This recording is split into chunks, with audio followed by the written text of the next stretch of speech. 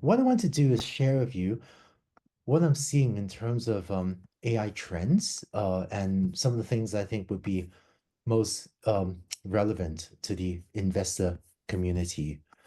It was actually really interesting listening to some of Mr. Buffett's remarks earlier today, and it's definitely a interesting transition from the current era to a new one. Um, but one of the most exciting trends happening now is AI, and I've been saying for a few years that AI is the new electricity because it's a general purpose technology, meaning it's useful not just for one or two things, but for a lot of different tasks. In fact, if I were to ask you what is electricity good for, it's difficult to answer that question because it's useful for so many things, and AI is like that too. It's hard to say what it's good for, partially because it's useful for so many things. But the recent advances in AI technology also creates many new opportunities for all of us, for all of you, for all of these wonderful businesses that many of us invest in or create to build brand new applications. Now, with so much hype about AI, investors often ask, where are the biggest opportunities? So this is what I think of as the AI stack. At the lowest level are the semiconductors. So clearly NVIDIA, maybe AMD, Intel have huge roles to play in semiconductors for AI. On top of that are the clouds or the hyperscalers. And again, semiconductors and clouds have their become relatively, semiconductors especially is relatively concentrated at this moment in time. And then on top of this cloud compute infrastructure are the large AI model, or we also call them the foundation model companies like OpenAI, Anthropic, Meta, and so on. And again, quite concentrated, many of them doing really good work. And even though whenever there's a new technology, like there is of AI, a lot of the media buzz and hype tends to be on these technology layers that I'm showing here. It turns out that almost by definition, um, the majority of value has to be generated at a different layer of the stack, which is the application layer. Because almost by definition, the applications have better generate even more revenue for them to be able to pay the technology layers down below. So despite the investor sentiment or investor enthusiasm for a lot of the low layers of the stack, I think that the set of opportunities, the application layer, will be even bigger. And in fact, you may have heard that it costs a lot to build AI, and that is true if you're playing at the foundation model layer. If you want to compete with OpenAI, I don't know, budget maybe at least $10 million, maybe at least $10 billion, maybe tens of billions of dollars. But the good news for entrepreneurs and investors and business owners is if you're playing at the application layer, then because others have spent billions of dollars to train foundation models, it is now very cheap, very capital efficient to build and deploy things at the application layer. And the ROI equation can be very positive very quickly when you're building applications. I'll say more about this later. Um, Now, there's a lot going on in AI, and I want to share with you what I think are the most important trends in AI. And if there was one trend I urge you to pay attention to, it would be agentic AI workflows. To the technical community, which I'm part of, the term AI agents or agentic workflows, it used to mean something, maybe a year and a half ago.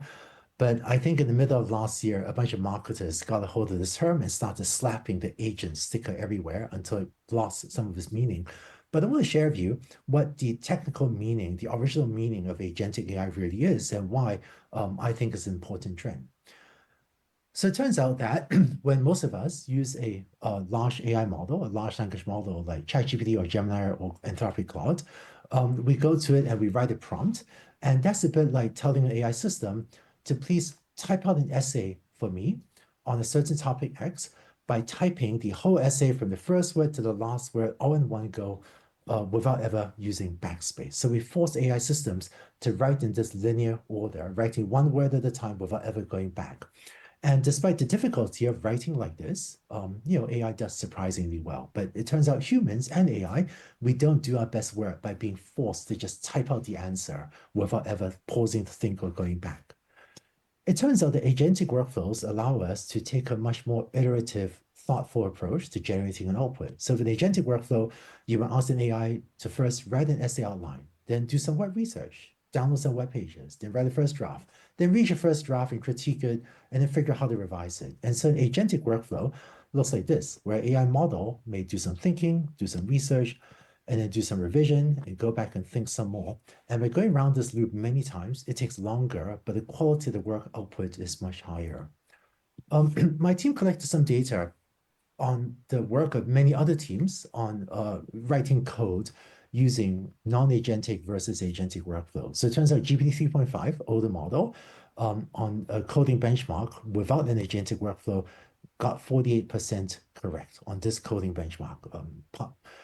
GPT-4, much better model, without an agentic workflow, got 67% right.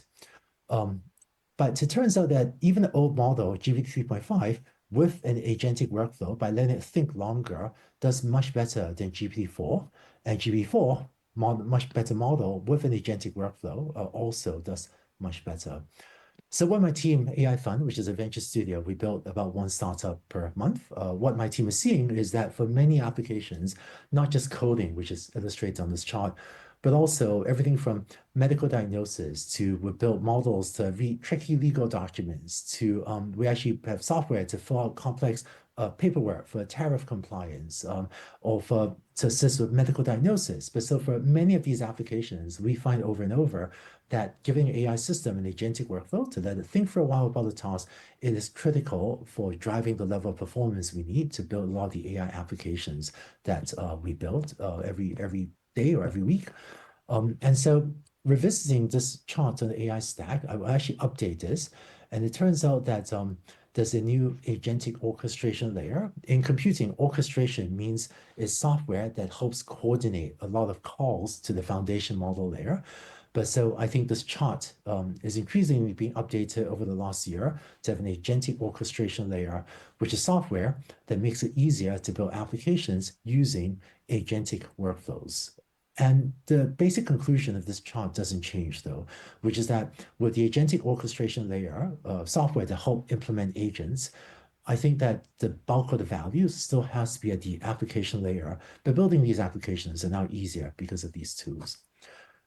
So I know that there's been a lot of hype about AI. In Sequoia had a really nice article on AI $600 billion question asking, with all the capex going to buying GPUs and data center, how do we generate enough revenue to pay off for AI? It turns out that's a problem primarily for maybe a lot of the foundation model training companies where so many billions of dollars have been spent, and hopefully we'll figure out the revenue equation to justify all that investment. But I think for those of you, probably many of your businesses operating at the application layer, the good news is that's not your problem because others have spent billions of dollars training AI models. You can now access these models for tens of dollars, some maybe even cheaper in the case of open source or open weight models, which others just post on the internet free for anyone to use. And so it can be incredibly capital efficient to experiment with applications. In fact, at AI Fund, the team that I lead, we budget 55,000 US dollars to get to a working prototype of a brand new application. And so we tend to be very efficient. So maybe not everyone could do it, that inexpensively. But I think the take home is there's so many opportunities to brainstorm creative applications, and the efficiency with which you can pursue them is frankly the highest I've ever seen in my professional career. So if I were to pick one AI trend to pay attention to, it would be agentic AI workflows. This is a big deal. I think maybe the hype's completely taken off because of some companies, PR marketing machinery. But if we ignore the hype and look at the business fundamentals, I do see agentic workflows driving valuable applications. Probably not as fast as the hype, frankly, but that is very solid growth, very rapid growth of actually valuable applications using agentic workflows. Other than agentic workflows, I want to summarize a few other AI trends I thought are important. And when preparing for this talk, I actually came up with a list of 9, but in the interest of time, I cut it down to 5. I'll go through each of these really quickly. AI coding assistance, fast prototyping, visual AI, data engineering, and the talent gap. So AI coding assistance. It turns out that even this year and last year, there were some people advising others not to learn to code on the grounds that AI will automate coding. I think we'll look back on this as some of the worst career advice ever given. Over the many decades, when coding became easier, so when we went from punch cards to keyboard and terminal, or when we went from low-level assembly language to modern computer languages like first, maybe COBOL, Fortran, C++, Python, or when we went from text editors to what we call integrated development environments to help developers write code faster, to more recently, tools to assist people, developers writing code. Every step of the way, coding became easier and more people ended up coding. I feel like this is the sort of a, economics 101, right? As coding becomes easier, people should code a lot more. And it turns out that for professional engineers, AI assisted coding is already very massively boosting efficiency. And what I'm seeing is coding is becoming easy enough that a lot of people whose job roles may not even be software engineering are now able to use these tools to embrace coding. And this is making them more productive as well. So just be clear, I think for professional software engineers, coding is becoming way more efficient. And that's fantastic because you can get much more done with small teams and with much less time. And then also the other exciting trend I'm seeing is on a lot of my teams, people whose job role is not software engineer have learned to code, and this is making them much more productive at their jobs. So, for example, I don't know, 2 weeks ago, the Associate General Counsel of AI Fund, he's a lawyer, he wrote program to help him with automated templated NDA generation because they look at all NDAs. One of my investors, Andy Koo, he's an investor, not a software engineer. He was building a prototype of a new online advertising prototype, taking into account data privacy and users and so on. Some of my marketers, one of my marketers used to work for Wired magazine, so a reporter. He wrote code to scrape online news feeds, RSS feeds, to highlight for him when there are important news articles he should pay attention to. So what I'm seeing on my teams and more teams is the marketer, the recruiter, the lawyer, the journalist, the one that knows how to code is much more effective at their job than the ones that don't. And part of this is a lot of this, frankly, is enabled by the fact that AI has made it much easier for them to learn to code. And I think even as AI is making coding easier, understanding computers is still important because it turns out that for all job roles, all knowledge worker roles especially, one of the most important skills of the future is the ability to tell a computer exactly what you want so they can do it for you. And people that can do that will be much more effective than people that can't. And I want to share with you one experience I had that really highlighted, illustrated this for me, which was, sometime back I was working on a course on Coursera titled Generative AI for Everyone. This was the fastest growing course on Coursera the year was released. But I was working with but we decided to use AI to generate background art, for this online course that I was teaching. And so I was working with a collaborator, Tommy Nelson, that understood art history. And so he knew the language of art. He could prompt or write instructions to AI using the language of art to tell the genre, the artistic inspiration, the palette. And so he was able to generate beautiful artwork like this that we end up using as a background art for my online course. In contrast, I don't really know art history, unfortunately. I don't know the language of art. And so I went to the online image generation tools and like Midjourney, and all I could do was say, please generate pretty pictures of robots for me, right? And my naive prompting could never generate art as beautiful as my collaborator Tommy did. And so what I'm seeing is understanding the language of art lets you generate better art. And for doing these business-oriented tasks, understanding the language of computing, learning a little bit of coding so you understand how computers work, that makes individuals dramatically more effective at telling computers exactly what you want so they can do it for you. And this is really becoming an important skill, not just for software engineers, but for more and more job roles. So other than AI coding assistance, which is really game changer for I think a really important trend, one of the exciting trend is fast prototyping. So I think of a lot of the work that I do and my teams do as maybe two major buckets. One is when we have a new innovative idea, we'll build a prototype, build a quick and dirty prototype to see if it works. And then a lot of the time, my team will also write and maintain production software, large scale software, legacy software. And given that all of our really so many businesses now are heavily impacted by tech, I think all businesses have to do both of these. And it turns out that depending on which consultant study you trust, I haven't seen very rigorous. I haven't managed to find extremely rigorous studies maybe. But I think that depending on what report you trust, maybe writing large scale legacy production software is like 30 to 50% faster because of AI assistance, and that's huge. Right? I mean, 30, 50% higher productivity. That's fantastic. But it turns out that in terms of building standalone prototypes to trial a new idea is not 50% faster, it's more like 10 times faster. And so there are many projects where, for example, if my team has an idea to build a new type of chatbot or try a new type of algorithm to help with tariff compliance. And by the way, I really appreciated Mr. Buffett's comments earlier today about the importance of global trade. But when my team has an idea for a new thing that we want to try, there are so many projects that we now build maybe in 1 or 2 days that a couple of years ago, without AI assistance, would have taken us 3 months. So the cost of prototyping has fallen massively. So in Silicon Valley, the mantra "move fast and break things" got a bad rep because it broke things.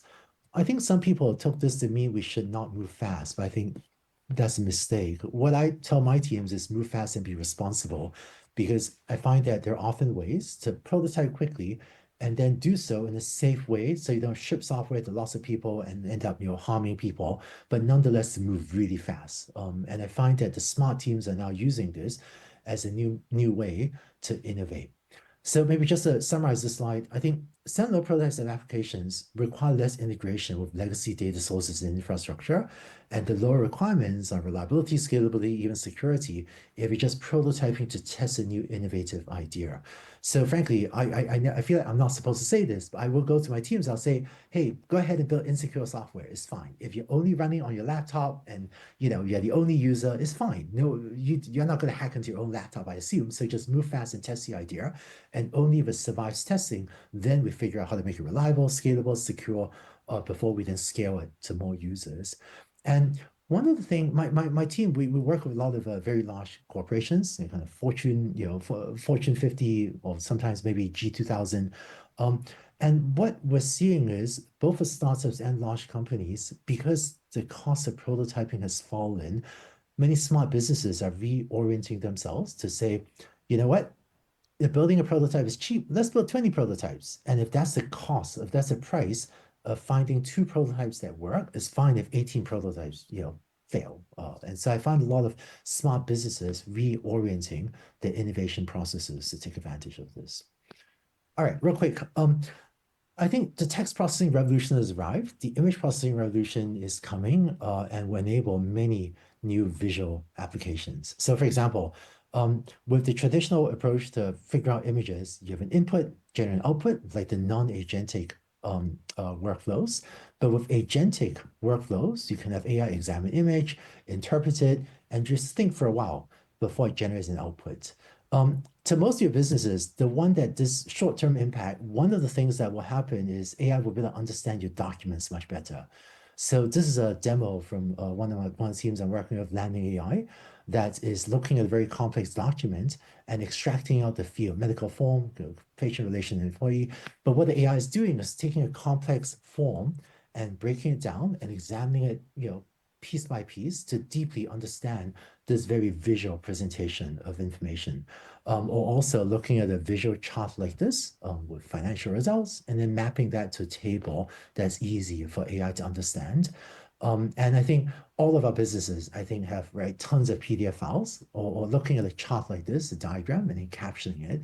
But I think the AI, visual AI, is now able with agentic document extraction to understand all of the much better than ever before, all of the PDF files, documents in our businesses and be able to make sense of it. I think we create a lot of value. PDF files may be the most important type of image for most of our businesses, but also other types of there'll be more applications, not just processing text like ChatGPT does, but also images in the near future. So something to pay attention to. Trend for data engineering is becoming more important. So many businesses have had data engineering functions where we would keep the structured data or the Excel spreadsheets or the tables and numbers around, often for AI or data analysis.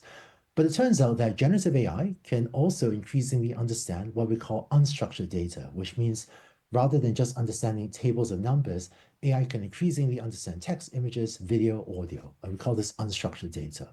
And so re-architecting your data infra to get all this data to AI for processing now has high value.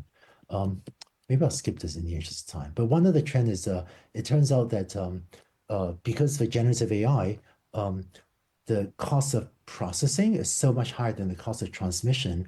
Previously, if you stick all your data on one cloud or you just keep it there because transmitting huge amounts of data across the internet was too expensive, it turns out generative AI is so compute intensive. The way we build workloads is much more likely we have data packets ping all over the internet, and this allows many best of breed types of solutions to thrive as businesses stitch together many best of breed solutions to create complex AI tasks. All right, it's a little behind, but the last trend I think is a very large talent gap. So unfortunately, there is a shortage of skilled AI engineers. I know that you may have read in the news that the AI engineers that get paid, $5 million or maybe even more to train AI foundation models. Those numbers are true. There are AI engineers, being paid salaries in that range to train AI foundation models. But it turns out that if you're looking for AI engineers to build applications, the salaries are not anywhere near that range. So it's actually much more affordable because I think there are very large companies at the AI foundation model, the large model layer, that all of which can't afford to lose with very large budgets. Salaries for AI engineers skilled at training AI models has been bid up to very high amounts. But the good news is if you're building applications rather than trying to compete with OpenAI and Google's Gemini, then what you need are application engineers rather than foundation model engineers. And while I think that isn't cheap, it's not nearly as expensive as the $5-10 million numbers you may have seen in the news. But the bad news is there is a huge shortage of skilled AI engineers, and I think there is easily a 10x difference in productivity between skilled and less skilled AI engineers. So my team at DeepLearning.AI, we do a lot of work to try to train up more AI engineers and also think through how to offer kind of professional services, to large companies needing more talent. So just to summarize, now wrap, I think 5 important technology trends: AI coding assistants, making software development much more pervasive and efficient. But I think we are reaching a point where it's useful to help everyone across all job roles learn a little bit of coding. And I'm already seeing on my team, the marketers that know how to code are much more productive than ones that don't, for example, and increasing other job roles. Gen AI makes it possible to build prototypes really efficiently, and this is changing how we innovate and invent things. There's so many things that I or one of my engineers can build, literally in a day that would previously have taken me 3 months to build. And it's just fantastic how we have an idea, the ability to translate it to reality, especially at the level of building a fast prototype. It's just nothing like ever tech has seen before. Visual AI is increasingly able to process and analyze not just text, but also images. And I think PDF files are actually especially exciting. Data engineering, re-architecting our data infra to get unstructured data where it should go for AI to process is important. And then I think the talent gap, I think it'll be years, unfortunately, before we can relieve this talent gap. But with all of these great ideas, I think many businesses don't have the talent to execute it. So solving that will be really important. And maybe just to wrap up, I will just leave you, if you have one takeaway, I will say, there are many, many wonderful opportunities to build. Because of new AI technology, there's just so much amazingly valuable stuff that you can build in a very capital efficient way. So after this meeting, I hope all of you go back, to your teams and just go build stuff. Thank you. Thank you very much, Andrew. I'm Chen. Actually, I'm a professor at NYU Stern, and I'm the moderator today. I'm very honored to ask you some questions. So actually, I have some connection with you. Actually, I did my postdoc at UC Berkeley, so in Mac Jordan's group, and I probably was his very first student who joined the business school rather than computer science. But it's my great honor to ask you a few questions. The first question I would like to ask is that at the Warren Buffett conference, we are all discussing value investment. I'm really curious about how do you see the impact of AI to investment. So just a little bit personal experience, I did use AI for some quantitative trading strategy. And also I'm exploring working on some agentic AI for personalized kind of trading assistant where, for example, I built extract the data for each stock as each agent. And I'm using kind of like a WeChat grouping kind of way to ask those agents to talk to each other to see if they find some opportunity, for example, on the upstream and downstream of like Tesla or like NVIDIA, some other industries. And I'm really curious about your perspective. Do you believe like AI agents can independently do some research companies, analysis earning costs, building their own own financial models that will fundamentally change the alpha generation and like investment thesis? Yeah, I think that AI agentic workflows can really help with value investing. And by the way, just say, really deep admirer of Warren Buffett, and because through him, Benjamin Graham, and followed the whole value investing philosophy for a long time. I think that if you look at the work of a value investor, many of you are clearly right, fantastic investors. If we look at the workflow of making decisions, everything from screening to doing research to doing diligence to building models for analysis, seeing if there's margin of safety, you have your own workflows in terms of the set of tasks needed to make a investment decision. I think that there will be tools. Actually, I know there are tools being built right now to help with many of these discrete tasks. And so I think that AI agentic workflows, be it to help with better screening tools or better online research or maybe other forms of research on different businesses, I think that they will be a big help to value investors and to other types of investors. But some of the work that needs to be done is to look at the workflow for value investing, say, and to break down what are the tasks that AI can help either automate or augment, and then to execute to that project. Oh, but I should say, at AI Fund, when we build companies and when we do market research, boy, I would hate for my team to not be allowed to use AI. My team uses AI all the time to help with market research, competitive analysis, as well as prototyping. So more and more of our discrete tasks are being assisted with AI. I don't think AI. So maybe there's this phrase that I think is true, right? I don't think AI will replace investors, but investors that use AI, may well replace investors that don't. Yes, thank you very much for your answer. I really love your quote saying the like investment will use AI. Second question is that like for the past 10 years, I'm very dedicated to like educating the business school students with like AI. I really want to thank you for your many great of online courses.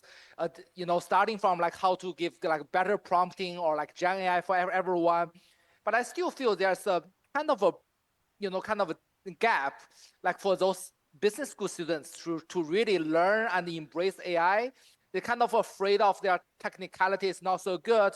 So I really want to ask you, like you build so many great educational platforms like Coursera and DeepLearning.AI. So what do you see as the most effective way, like a business school would reconstruct their like curriculum and how to prepare like future business leaders in this AI-driven world? And also how do business school leaders like deans and professors can prepare and help our students? Yeah, thanks for that question. One interesting thing at Stanford's graduate school of business is a very large fraction. I want to say a very large majority. I'm not 100% sure, but it feels like a very large majority of them um, end up taking computer science courses and learning to code. And I think to business school students, the good news is coding now is much easier than it used to be before because AI can help you learn to code, or even AI can do a lot of the coding for you. Um, Understanding how computers work is still important. So with the painting example, knowing the language of computers, so knowing how a computer really works, what is memory, what's a cache, how the computer is really, what is networking, knowing how a computer works is important for you to be able to prompt AI effectively to get the right code for you. But learning to code is so much easier now compared to 2 years ago. So the advice I would give to every business school student is frankly learn to code, and you'll be a better business leader if you're able to um, do little things, do some coding yourself. Maybe I should say, maybe I'm a little bit ahead of where the world, where broad sentiment is. I think what I'm saying, I'm probably in the minority, but it's a growing minority. But what I do see for a lot of my teams is for example, on my marketing team, the marketers that know how to code, they can build a website, or they can do online data analysis, or they can write software to launch, custom user surveys, feedback, whatever. And whereas the marketers that don't know how to code, their instincts tend to be, oh, there's more work to do. Oh, let me see if I can get headcount to hire a bunch more people, right? And that's fine. It was 2022. That was the right approach. But in 2025, a lot of the time, the right approach is, great, I just code something up, on the weekend, throw it out and get a result the next day. So I increasingly see for many business-oriented roles, the ones that deeply know how to use AI are starting to run circles around the ones that don't. So for business schools, I think teaching, and I actually have an online course, AI Python for beginners. One version is free on DeepLearning.AI. But I think that teaching people with this new style of AI assisted coding would be a helpful skill. So, and in fact, I think there's also an obligation on us as educators to not teach coding the way we used to teach it in 2022. Frankly, I think the way we code in 2022 is obsolete. I would never code again the way I did in 2022 because it's now 2025. So I feel like those of us that work in education as well have an obligation to teach students, not where the jobs were 3 years ago, but where the jobs are now, or even where the jobs will be a few years in the future. And this means teaching our students AI-enabled coding. So so I do some work on that with the online platforms, DeepLearning.AI, Coursera, and so on, and I see other smart educators as well, thinking through what the new workflow is and teaching that. Wow, I'm so excited. Maybe one day I can see your new course on Coursera saying like how to teach business school students like coding in like Python with AI. That's will be really kind of, inspiring things like for all business school students, like students.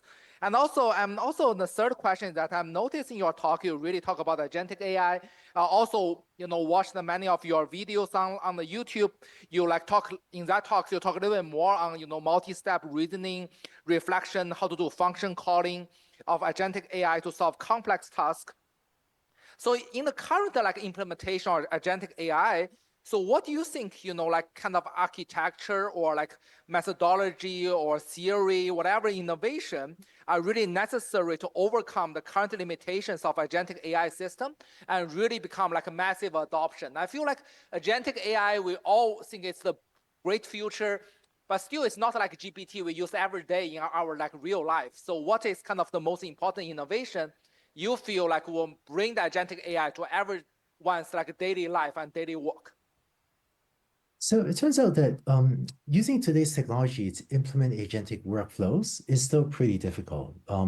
So I see a lot of business automation tasks where, I don't know, typical business workflow, maybe someone looks at a form, extracts a few fields, maybe has to do some online web research to justify or falsify something, look up some entities or whatever, and then fill another form. And then, right, maybe if there are certain conditions, like they come from certain countries, do an extra check. So a lot of business process workflow, right, has this kind of multiple steps.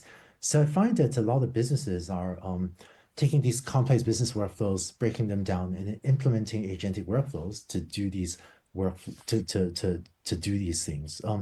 I think some of them are still pretty tricky to implement, and the skilled teams are able to do this much faster. The agentic orchestration layer technology, things like LangChain, LangGraph, TrueAI, or AutoGen, I don't know, MetaGPT, a bunch of these platforms are making it easier to implement these workflows, but it feels like we're still a little bit a ways from it being very easy for all teams to implement. I don't know. I wish I knew. We're implementing these workflows. They are really valuable, but it's still complex intellectual work often to implement these workflows. I wish I knew how to create a technology to make all this easier. Yeah, thank you. But really, thank for your insights and give us the confidence, like in researching, like embracing and investment in like agentic AI. And the next question is still like about the investment, especially about your AI fund. I realized your AI fund was established in 2018 with like initially like $170 million. But you have a very unique advantage in investing like early stage AI startups because as you mentioned, you do a prototype, with your own team, and then you can find like, the CEO to implement that. In other of your talks, I realized you give some examples on, like people doing like AI for shipping, and then you do some validations and you find a very successful CEO to implement your ideas. So my question is that first in LandAI, like now the AI becomes very comprehensive from like infrastructure layer to like, vertical industrial specific AI applications. So where you think the center like or investment, the main focus of like LandAI? And also I'm curious about, like in your like internal discussion, how do you usually find what are the most exciting ideas of AI so you are going to validate? And how do you find that, like the most capable executive teams for like implementing your idea? Yeah, so I'll share a few points. There's a lot there. Let me share a few thoughts. So AI Fund is a venture studio. Even though we call ourselves AI Fund, we exclusively invest in companies that we are involved in co-founding or in building alongside the entrepreneurial. So, we don't need deal flow. We don't actually look at deal flow because if someone wants only a pure financial investment, that's fine. Wish them very luck, but we're not a good fit. So what we do is we're fortunate to work with many large businesses. It turns out a lot of our LPs are very large businesses, but also some are partners that not necessarily are LPs. And we'll often get startup ideas from a business with insights into some industry vertical. Maybe one example, we've been doing a lot of work with AES, which is the largest manufacturer of renewable energy for businesses. And so AES, wonderful CEO, Andres Gluski, operates these giant, wind and solar farms. And so they are able to share with us pain points or insights about what needs to be done to maintain these giant solar farms that otherwise I would have no right to play. It's well outside my circle of competence, right, to know how to operate a large scale solar farm. But because we work with corporations like that, they are able to take us into these businesses where otherwise we would have no right to play. And then we collaborate to build an AI application to help with these, pain points or application sectors. And that, if it works, ends up being a standalone startup that can then, grow quite quickly because we start off with deep insight in the industry vertical with an acute pain point. So I find that we often end up doing these. Frankly, it's been interesting, one thing I see is for B2C, direct to consumer startups, it turns out that for the mass B2C startups, once you build a startup, many of your users are often Silicon Valley engineers, and so go, oh, I could build that myself in a weekend as well. And then you end up with this hyper competitive environment.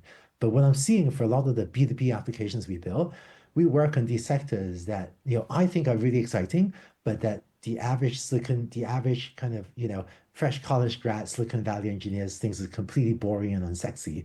And so we end up building these applications like for large scale wind and solar, for global logistics, or for tariff compliance. Like what fresh college grad wants to work on problems like these? So we end up working on these things.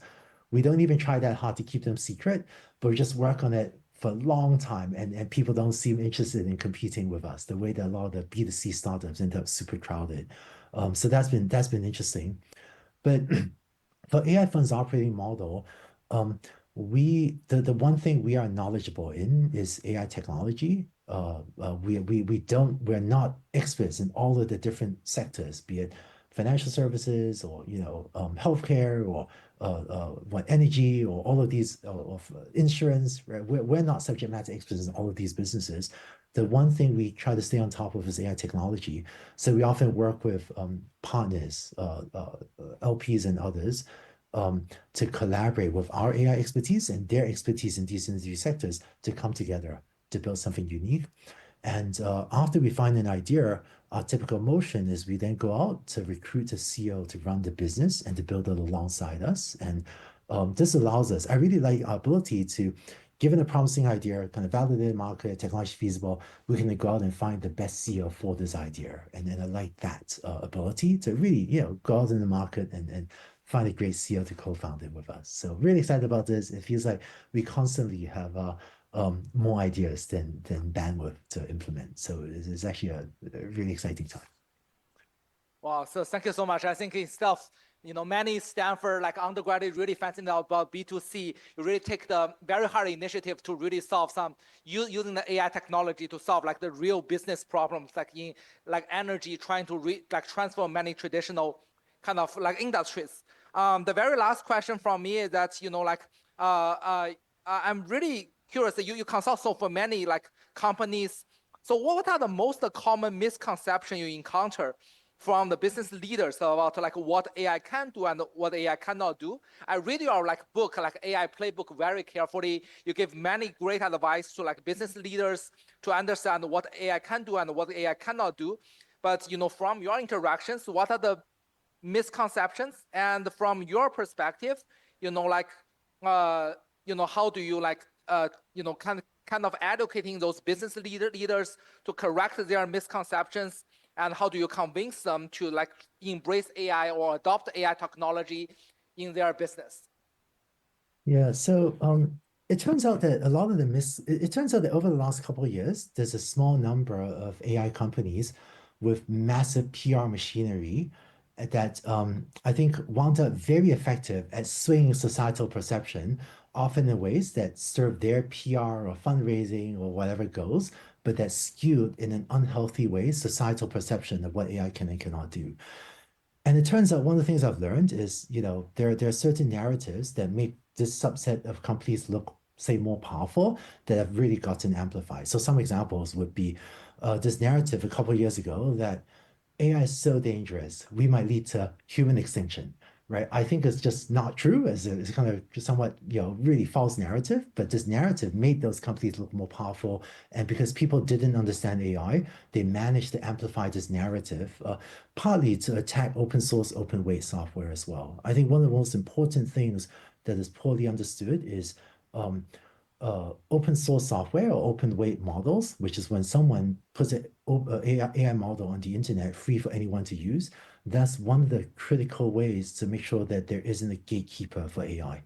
One of the reasons that the mobile ecosystem feels, less exciting these days, frankly, is because there are two gatekeepers, right? Android, iOS, or Google and Apple. And unless they allow us to do certain innovations, we're just not allowed to do them. So I think that over the last couple of years, there were year and a half, 2 years, there was intense lobbying efforts by a handful of companies that felt that, boy, they spent billions of dollars training models, want to be inconvenient if someone else were to train a model and publish it on the internet free for anyone to use, which really degrades the value of their investment.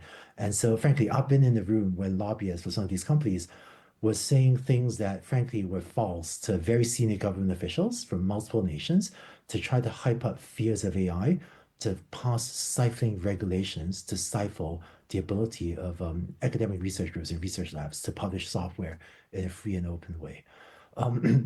Fortunately, we've beaten back the worst of those misconceptions, but I think that if this narrative takes off, probably almost everyone in this room will end up losing out, because if all of us have less access to open models, then there'll be a smaller number of gatekeepers, and it'll be much harder for us to innovate. So I think, let's see, other things. So I think this idea that AI is, I feel like just other hype lines. I feel like this idea has been, AI models are so advanced, they may train another model and then wipe out thousands of startups just by training another AI model. Frankly, it's not that easy to wipe out thousands of startups, but this is another hype narrative that I think was amplified to make to the benefit of a small number of companies with PR or fundraising or whatever goes. I think that skews societal perception as well. Um, and I think also some of the lines have been pretty, for a short time, there was this idea that AI needs so much electricity because we're so big and so important. Only nuclear power is good enough for us. All that other energy, renewables, wind, solar is not good enough. And it's just not true, frankly. Nuclear power is fine. If you look at the energy build out plan in the United States, like most of it is renewables, a tiny amount is nuclear. And yes, let's invest in nuclear. But I find that the hype lines have been a little bit excessive. And then the other misconception is it takes a lot of money to build AI. It is true that it takes a lot of money to build AI foundation models. So if you want to build, these giant AI models, that's going to be expensive. But it turns out that because others have spent that money, the ability to experiment at the application layer is actually very capital efficient. And so I think it's actually okay if businesses find smart people, maybe hire smart consultants. My team's really trying to figure out how to help large businesses identify good consultants to advise large businesses. But with a small number of really people that really get AI, you can then run experiments in really capital efficient way and identify good opportunities and pursue, frankly, I think really large upside. Thank you so much, Andrew, for your answer. So we still have like 2 minutes, 3 minutes. I would leave the last question to the audience. audience.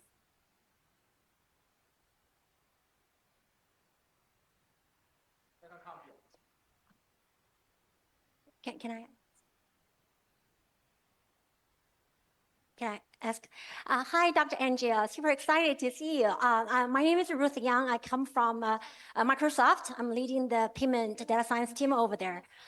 So like, again, like your teaching is impacting my career significantly. Again, thank you first. And then right now, like at our team, we are building like AI agents. However, we do have like a rising infra like cost and API cost, those things. So like, with those rising costs, we really have a dilemma right now. Like, so how do we get like ensure a strong ROI? So I'm just wondering, like, based on your experience, what is like the strategy, like kind of making sure like the company can have the innovation, but at the same time have a strong ROI. So just like basically like what should we focus on or prioritize the projects, because some projects not necessarily at the end have monetary, like can monetize, right? So just want to get some of your idea on that. If time allows, I do want to ask some of your, because you said you're interested in like investment as well. With now, like we do know like AI hype, those things, you know, a lot of funding is pouring into the AI. So I'm wondering like, if you are thinking this probably will be another .com bubble burst or something, yeah, or like this time is significantly different. I just want to get your opinion. Thank you. Oh yeah, great, thank you. Yeah, so I think maybe deep respect for the work that Microsoft's doing, and I think AutoGen really great agentic framework. And I know there are multiple frameworks being developed at Microsoft. In terms of ROI, maybe this is what I think about it. The cost of experimenting is very low if we can organize our teams to make the cost of experimentation low. It turns out at some other large companies, not Microsoft, but I've seen in other large companies, um, it turns out that I've seen some of my friends that are engineers there, for them to build a prototype and try something out, they need marketing review, legal review, HR review, ethics review, like basically, tons of privacy review, whatever. And then if to do anything, you need sign off from five, vice presidents, where everything just grinds to a halt. So one way to make experimentation cheap that I've learned is you create a sandbox environment where maybe you don't have any sensitive user data, and maybe you're not allowed to ship products externally. Products can only be used by the internal team with appropriate guardrails. But so what my team AI Fund does with many businesses think through how to set up sandboxes so that within that sandbox is a safe environment. Oh, and I think large businesses tend to need so many approvals because we do have something to lose, right? You can't afford to have an engineer ship something, damage the company's global brand or hurt its revenue or whatever. So there is downside risk, which is why we end up with all of these approval processes that make things grind to a halt in some large companies. But by creating a sandbox environment with limited data, maybe no PII, no confidential information, limited resources, then teams can just run like crazy, but and experiment really quickly without needing to ask for permission. And only if something works, then we figure out how to safely and responsibly take it to a larger audience. And what I see is that when the cost of prototyping is low, then we can have tons of failures and it's fine. And then after doing a modest number of failures, and it's fine. But if after trying out 20 things, we then estimate the ROI and find that 2 or 3 of them can have very positive ROI, then we double down on those 2 or 3, and that then can generate a lot of positive ROI. So your point about API calls, that's an excellent problem to have. It turns out when prototyping is really difficult, at whatever OpenAI or Azure or whatever hyperscaler prices, when you're still prototyping and doing very small scale things, it's really difficult, right? To spend, I don't know, more than $1,000 on AI API token prices. You can do it, but you really have to try, right? Before you manage to burn through $1,000 worth of API calls to AI models. And so the prototyping phase is actually really cheap. Now, I have been on, multiple teams where prototype scaled it, and we had so many users that we started getting, $10,000 a month, $100,000 a month type deals. We go, boy, this is actually, we see the cost rapidly climbing. But I think the good news is, so far, the vast majority of times that my team had that problem, we're looking at our API bill and saying, boy, this is getting really expensive. It cannot continue like this. We usually found technological solutions to bend the cost curve and bring it back down, be it with techniques like distillation or just trying out different APIs or fine-tuning a smaller model to do the task previously done by a larger model. So we've often, frankly, my teams tend not to worry about API costs when experimenting. And then if we do hit product market fit, a few times we go, boy, this is too expensive, but we usually were able to implement technical solutions to bring it down. And if the business value is there, the usual kind of business ROI metrics is there, then yeah, I think it's been fine.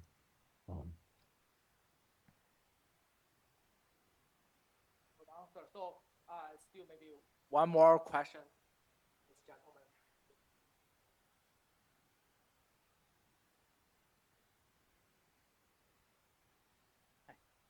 Thank you, Professor, for your time today. My question is around hardware. Recently, some reports claimed overspending on AI hardware, specifically by hyperscalers. I want to get your opinion on our current hardware capacity. Do you think we have enough hardware to achieve the current, well, the near and the far future state of the AI? Thank you. So maybe I'm going to make a generic statement. So it turns out that I think the demand for AI compute has no practical ceiling. And I want to add one other thing. In my career working on machine learning, for quite some time, I have yet to meet a single machine learning engineer that felt like they had enough compute. Um, so I think you can count on AI people like me to keep on asking for more and more compute. Now, I do think there is Sequoia had this really thoughtful article called the $600 billion AI question, which basically points out this is actually the article was almost a year ago, so I think it may have gotten even worse since then, which is that with, let's call it, $150 billion a year capex spend on GPUs and data centers, how do we get the $600 billion worth of revenue to justify this spend? AI is sufficiently transformative. I think the revenue will come. We're seeing many early signs of traction. The problem is I see a lot of businesses which invest $200,000 and then get $1 million back, right? So from the perspective of that one project, it's fantastic. It's like invest 200K, get $1 million or get 5 million back or whatever. So the ROI at the application layer is fantastic. But when enough of this will grow fast enough to stack up to generate that massive spend needed to justify the spend at the foundation model layer, I think the timing of that, if it takes too long, I think we could have a problem. But hopefully, we're all working hard and we'll have to see what exactly happens with that. Great, thank you. Okay, I think due to the time constraint, so really thank Andrew for your great presentation and your very thoughtful and thorough answers to all these questions.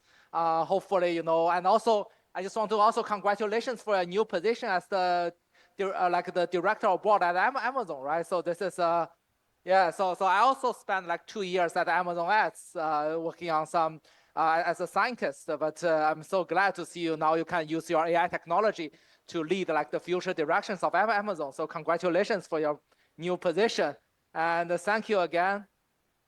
Yeah, thank you. Yeah, Alan's a great team. It's a privilege to be able to play a tiny role as a director there. And maybe I just leave you everyone one thought. I think if you remember one thing from this talk, this is a wonderful time to build an AI. So after leaving the wonderful conference you're all at, I hope everyone go back, get your teams to just build. So Andrew, I'm so sorry. There's one gentleman very urgent want to ask you a question. Do you mind take like 2 more minutes for the very last question? I'd be delighted. Thank you so much.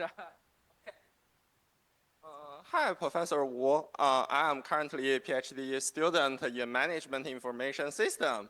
And currently we saw like coding become so easy, like we can easily utilize generative AI to get the code. So we would like to know how it will reshape the business education in coding and what kind of things we need to focus in our future research. Thank you. Yeah, so because coding's become so much easier, I think everyone should learn to code. So I would say go and embrace the modern coding tools, the AI assisted coding tools, be it Cursor, Windsurf, what is it, VS Code with Klein or Replit, Vercel, Bolt. What else? I feel I'm missing something. Replit, Vercel, Bolt, V0. Wait, I feel like I'm missing one. Oh boy, this is embarrassing. But I think these new generation of coding tools are lovable, right? Are making it so much easier to code and prototype. So I feel like students should learn to use these tools, and you'll be much more effective at your job function if you're able to build prototypes, run little experiments.